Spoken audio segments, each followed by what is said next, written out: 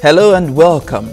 From the handshakes of bilateral relations to collective destinies carved out as regions, lessons from globalization have shown that no nation can attain prosperity with the mindset of individuality.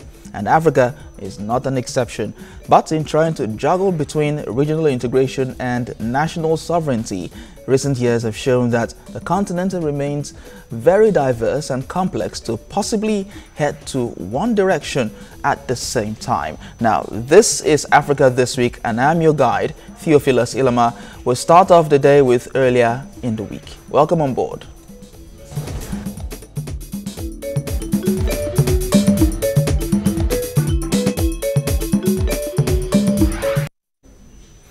On Monday, Africa joined the rest of the world in marking World Toilet Day, set out to inspire action towards tackling the growing global sanitation crisis. Now, this situation led a group of advocates on a march through the streets of Nigeria's capital, Abuja, to call for an end to open defecation through the construction of more toilets for public use.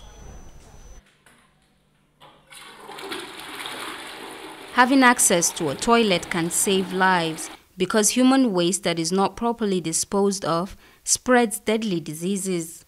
The impact of exposure to human fecal matter on a large scale has devastating effects on public health, living and working conditions, nutrition, education, and economic productivity across the world. More than 800 million people practice open defecation around the world. 1.8 billion people use a source of water that could be contaminated with feces. More than 62% of people around the world do not have access to safe sanitation, and 4.5 billion people live without a safe toilet. UNICEF says in Nigeria alone, about 120 million Nigerians lack access to improved sanitation facilities. This toilet is the only available one in this internally displaced camp that houses almost 1,000 persons. We were not allowed to shoot with our cameras, so most of these shots are stolen. The toilets are cleaned and a fee is paid to use it. But for those who cannot afford the little fee, they use an alternative spot. This walk by advocates of water sanitation and hygiene through the streets of the nation's capital is simply to raise public awareness on the dangers of not having access to a toilet, which largely contributes to open defecation ratings. Open defecation is actually increasing in Nigeria. Right now, the statistics we have is very disturbing. Nigeria is ranked second globally as one of the countries that are practicing open defecation. In fact, to get the statistics straight, 25% of Nigerians still practice open defecation. Now, 25% means 1 in every 4 Nigerians you see is practicing open defecation. And if that's not enough, maybe the figure of about 50 million Nigerians are still practicing open defecation. Events such as this, as the World Toilet Day, is an opportunity usually for us to raise awareness about the issues that Nigerians are facing when it comes to lack of access to water, sanitation and hygiene. The World Toilet Day is about finding nature-based solutions to our sanitation needs in harmony with the power of the ecosystems. If we have the private sectors coming in to channel their resources into manufacturing of cost-effective toilets, a toilet that is cost-effective and a toilet that is sustainable, it's going to go a long way in curbing this trend of open defecation. This year's theme is When Nature Calls, We Need a Toilet. And advocates believe that needing a toilet and having access to one is extremely important. Kemi Balogun, TVC News, Abuja. Now, this report clearly shows that open defecation is a serious concern which must be tackled head-on. Now, going on to Tuesday, gunmen kidnapped an Italian volunteer and injured a woman and 4 children in Kenya late on Tuesday. And this is the first abduction of a foreigner in Kenya since raids blamed on Somali Islamist militants 6 years ago. Now, men armed with AK-47 rifles seized the 23-year-old woman from a guest house in Chakama, a small town close to the southeast East Coast, and police said they had not identified the attackers and no group immediately claimed responsibility. Chakama is Kenya's Kilifi region, is 60 kilometers inland from the bustling coastal tourist resort of Malindi. On Wednesday, Cameroon security forces rescued kidnapped students and one teacher after a raid on a camp of separatist fighters in the southwest region. The group of 9 was taken from a school in the city of Kumba. A senior official said 4 attackers were shot dead in the operation, but 1 was captured. Cameroon's northwest and southwest regions have been hit by a separatist rebellion since last year. Armed groups in the 2 English-speaking regions have called on local residents to boycott schools until a referendum on independence is held. Protests against marginalization by the country's French-speaking majority have been met with a crackdown.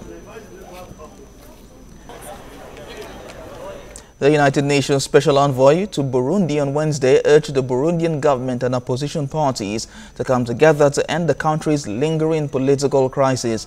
Addressing the United Nations Security Council, the UN Special Envoy to Burundi noted that the security situation in the country has remained relatively calm in recent months, but that the human rights situation remains worrying.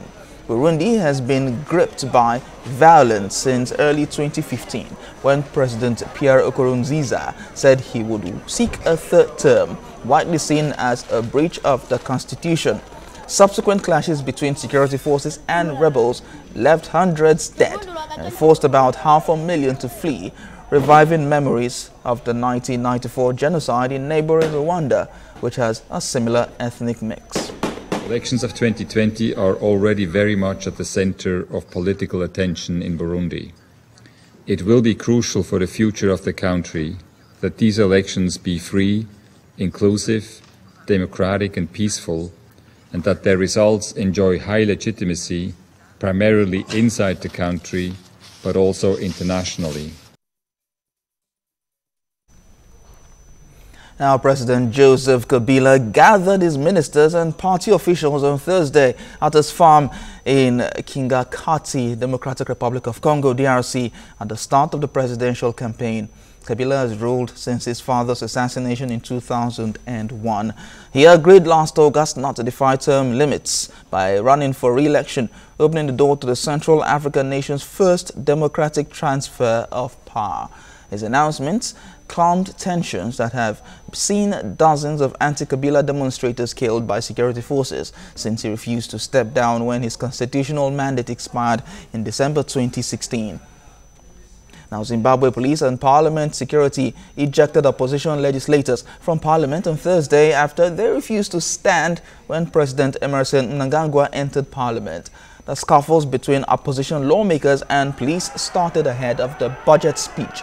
When the parliament speaker ordered police to remove members in September, opposition lawmakers walked out of Mnangagwa's State of the Nation address to parliament, signaling their lingering bitterness after losing a disputed presidential and parliamentarian election. The opposition maintains the July 30th vote was rigged. Now, about 650,000 public sector workers went on strike and thousands joined protests across Tunisia on Thursday over the government's refusal to raise wages amid threats from international lenders to stop financing Tunisia's economy. Noureddin Taboubi, head of the UGTT union, addressed thousands of protesters gathered in front of parliament in the capital Tunis, calling for the government to resign. Schools, universities, municipalities and ministries were shut, and hospitals had only emergency staffing in the nationwide walkout organized by the UGTT, the biggest strike action in Tunisia in the last 5 years. Tunisia struck a deal with the IMF in December 2016 for a loan program worth about $2.8 billion to overhaul its ailing economy, with steps to cut chronic deficits and trim bloated public services. But progress has so far been slow. Congo's influential conference of Catholic bishops warned on Friday that Ebola epidemic and clashes with rebel militia in eastern Congo could threaten the validity of the December 23rd election. The National Episcopal Conference of Congo also questioned the use of a new electronic voting system, which the opposition says is more vulnerable to vote rigging than paper and ink and could be compromised by the unreliability of Congo's power supply. Congolese presidential candidate Felix Tshisekedi and Vital Kamerhe also joined forces on Friday to take on the preferred successor of incumbent Joseph Kabila in the election. Presidential elections in 2006 and 2011 were marred by accusations of fraud and violence after the results were announced. And with that, we've come to the end of Earlier in the Week. Up next is Digging Deep, but that will be after the break. Stay with us.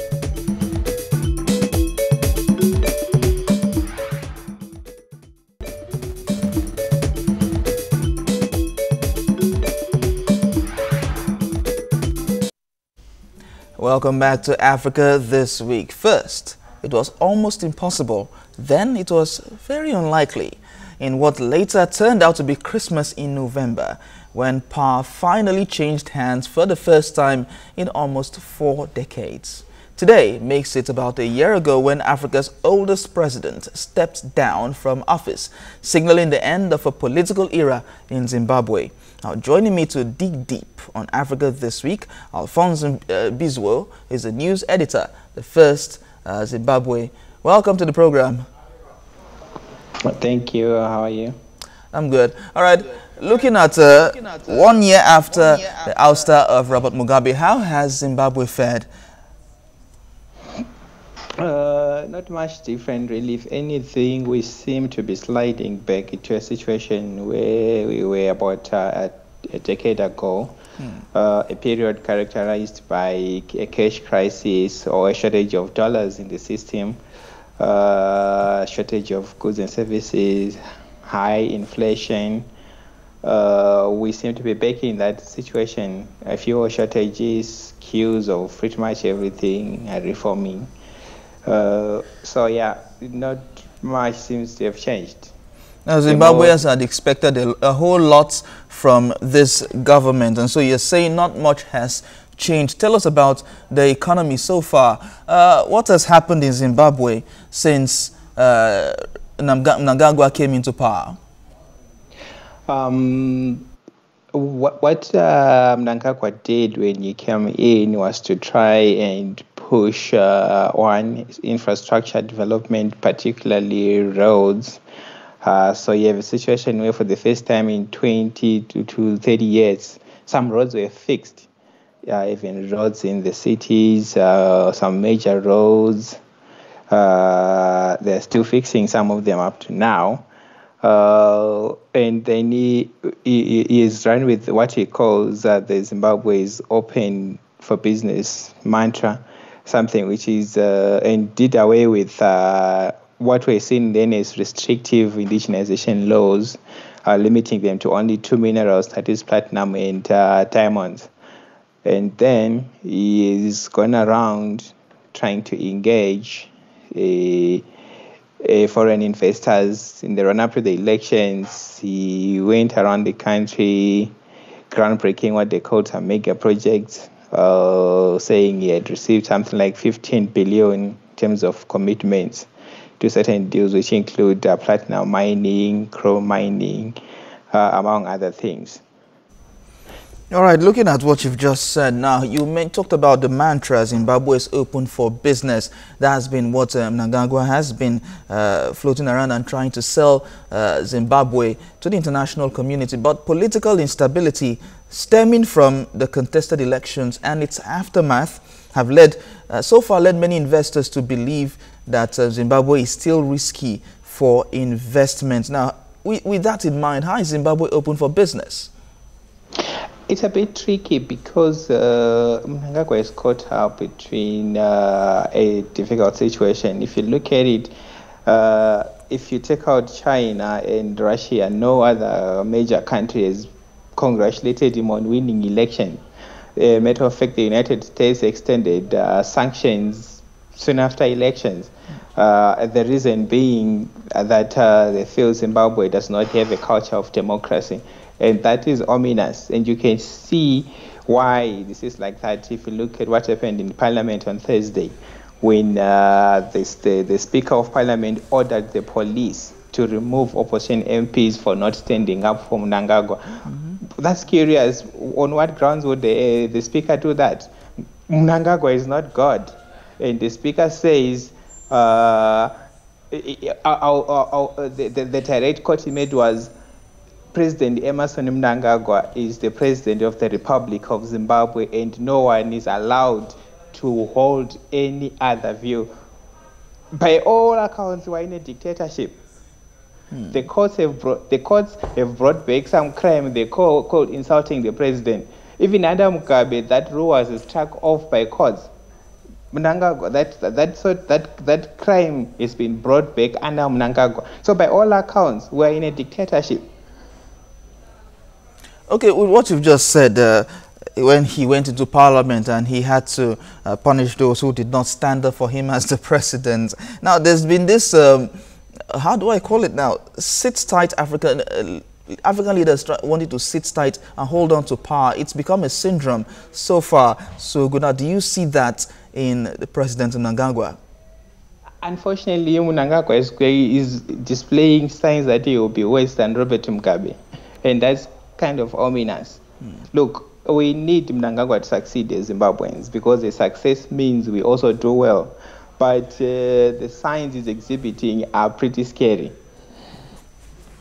Okay. Now, the Zimbabwe of today, did it meet the expectation of the average Zimbabwean when the coup happened last November? It did not. Look, you could argue that with Mugabe, all you knew is we were on a downward spiral. Matter of fact, we had reached the ground and we were digging. Mnangagwa then gave the impression that, look, there is a better way and we can look up. I still think it's possible.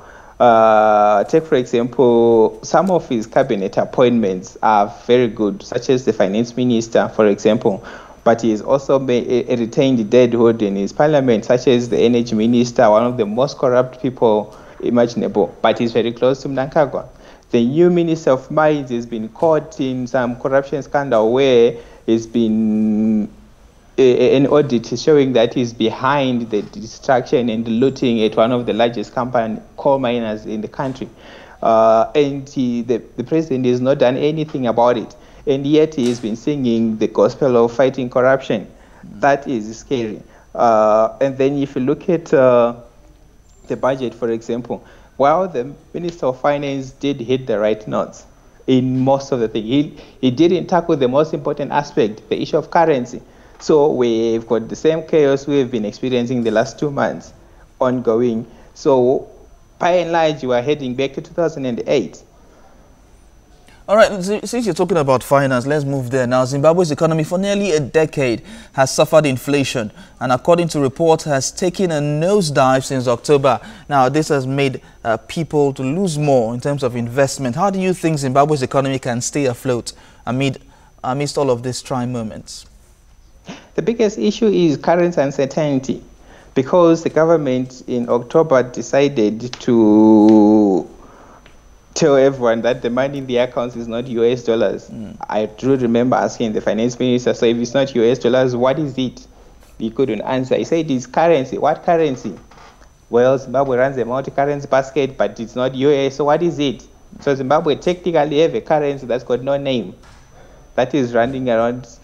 And this uncertainty is very dangerous for business, because then businesses don't know how to price or cost their goods or services. So most of them just peg them on the US. And those who are selling in local currencies, then you have to put in those arbitrage costs. So something that's supposed to cost $1 would cost you $4. You see, then they have to make up for this uncertainty. All right, what can this government, the government of President Mnangagwa, do different from the past administration, to ensure that everything, the fortunes of Zimbabweans are better than before? Well, the one thing they've actually done is to try and cut down on government expenditure.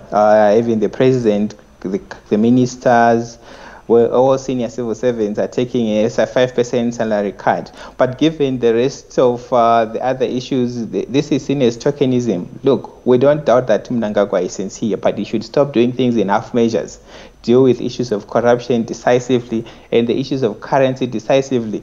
If he can resolve that, it's pretty not that difficult to turn Zimbabwe around. It just needs him to be decisive.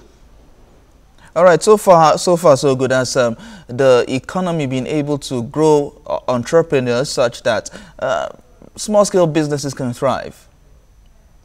Yes, because if you look at it, most of Zimbabwe's adults anyway are employed informally.